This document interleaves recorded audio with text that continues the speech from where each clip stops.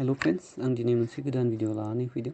बे भिडिअनि गेजेरजों जों बेखौनो सावरायगोन एसपि अफिसार बोरै जानो हायो। आं दा बेनि सोमोन्दै आंनिनो बड' ब्लग्स पेजआव थाखानाय एसपि अफिसार बोरै जानो हायो बेखौ फरायना दिन्थिगोन। नोंथांमोना मोजाङै जोबजासिम नायलांबाय थाबानो जाबाय।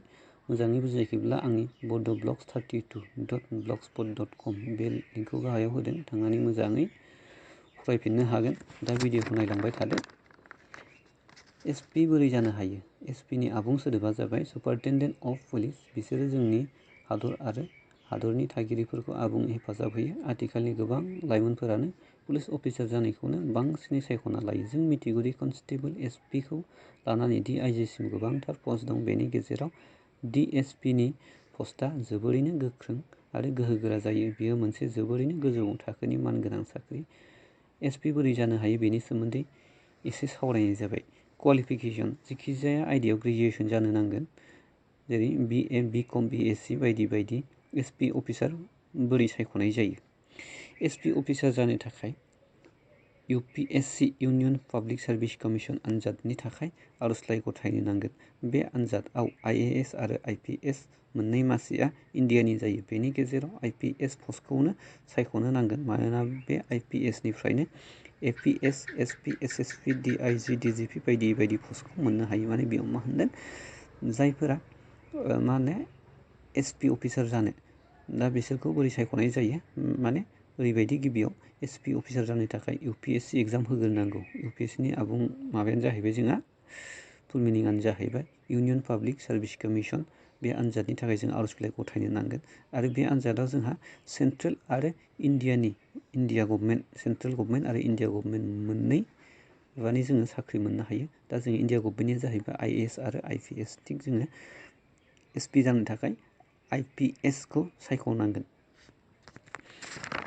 बेनिफ्राय दा दङ जोंहा बोसोरसिमा, बा जोङो बेसेबां बोसोरनिफ्राय बेसेबां बोसोरसिम जोङो बे पस्टखौ एप्लाइ खालामनो हायो। दा जेनेरेलफोरनि थाखाय दङ 21निफ्राय 32 बोसोरसिम, OBCफोरनि थाखाय दङ 21निफ्राय 35 बोसोरसिम आरो SC आरो STफोरनि थाखाय दङ 21निफ्राय 37 बोसोरसिम जोङो एप्लाइ खालामनो हागोन। बेनि उनाव दङ देहायारि आनजाद, माने फिजिकेल टेस्ट दङ जोंहा। बे फिजिकेल टेस्ट दा हाइ गोजौ हौवाफोरनि थाखाय जोंहा नांगोन 165 cm आरो फेमेल 150 cm आरो SC STफोरनि थाखाय मेलफोरनि थाखाय 160 cm आरो फेमेलफोरनि थाखाय 145 cm। जेब्रा बिखा एबा चेस्ट होनना बुङो। मेलफोरनि थाखाय जोंहा 84 cm आरो फेमेलफोरनि थाखाय 79 cm। आइसाइटआव दङ जोंहा उइक, लोरबाङाव दङ 6/12 to 6/9 आरो गोग्गो हेल्दियाव दङ 6/6 to 6/9 जानो नुथाय आरोना। बेनिफ्राय आर'ज बिलाइ जमा होनायनि समा मोनफ्रोमबो बोसोरनि फेब्रुवारि दान। बेखौ अनलाइननि जोहै जमा होनांगोन। माने बियो, बे आर'ज बिलाइखौ जोङो, बे UPSC आनजादनि आर'ज बिलाइखौ जोङो बोसोरफ्रोमबो फेब्रुवारि दानाव मोनो। बेखौ अनलाइननि जोहै जमा होब्लानो जाबाय। दा आर'ज बिलाइ गथायनो मोननाय समसिमा, माने जोङो आर'ज बिलाइखौ खेबबेसे गथायनो हायो। हमना ला जोङो बोसोरसे होबाय, बेयाव पास जादिया, बै बोसोराव होबाय बेयाव पास जादिया, अब्ला जों खेबबेसे होनो हायो। दा बिनि सिमाया नैबे। जेनेरेलफोरा होनो मोनगोन 6 खेब आरो OBCआ होनो मोनगोन 9 खेब आरो SC STआ होनो मोनगोन आनलिमिटेड, माने जेब्लासिम 21निफ्राय 37 बोसोर जायागौमानि बियो बे आनजादखौ होबाय थानो मोनगोन। दा एग्जाम पेटार्नआ बिनिया गासै मोनथाम खोलोबनि जायो। माने एग्जाम पेटार्नआ जोंहा बे मोनथाम खोलोबनि जायो, खेबसेयावनो जोबा, माने मोनथाम होननांगौ। गिबियाव जोंहा सेथियाव दङ प्रिलिमिनारि एग्जाम, नैथियाव दङ मेन एग्जाम, बेनिफ्राय थामथियाव दङ इन्टारभिउ। माने प्रिलिमिनारि होखांनायनि उनावसो जोङो मेनखौ होनो मोनगोन। मेन एग्जाम होखांनायनि उनावसो इन्टारभिउ होनो मोनगोन। दा जोंहा बे प्रिलिमिनारि आरो मेन एग्जामफोरखौ मोनफा मोनफा बाहागोआव बोखावबावदों। जेरै प्रिलिमिनारि एग्जामाव गासै जोंहा मोननै पेपार थायो। मोनसे फार्स्ट पेपारा जाहैबाय जेनेरेल स्टाडिस, बेयाव 200 नाम्बार थायो, 200 नाम्बार।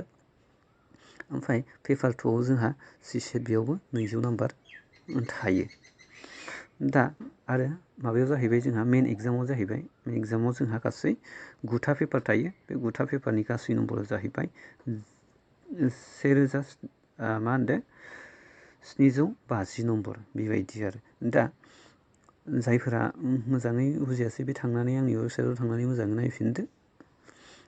नायफिनदो आरो बेजों लोगोसे माबाफोर दंबावो बे UPSC नि गुबै माबा दङ वेबसाइट दङ बे UPSC नि वेबसाइटखौ आं डिसक्रिपसनाव होनो हागोन नोंथांमोना मोजाङै नायना लाबानो जाबाय बेयावनो बे हमना ला प्रिलिमिनारि एगजामाव मा मा फैयो मा मा साबजेक्ट फरायनो गोनां जायो बेफोरखौ मोनगोन आरो मेन एगजामाव मा मा फैयो मा मा फरायनांगौ जायो बेफोरनि सिलेबास डिटेल्सखौ मोनजोबगोन दा सिगांफोरनि माखासे थांनाय कुइसनफोरखौबो बेयाव मोननो हायो नोंथांमोना थांनानै चेक खालामहैनो हागोन गोसो गुदुंफोरा मोजाङै नाजाबानो जाबाय दा भिडिअखौ नायनानै माबायदि मोनखो नोंथांमोना कमेन्ट खालामदो लाइक खालामदो शेयार खालामदो चेनेलखौ साबस्क्राइब खालामदो थेंक इउ फर वाचिं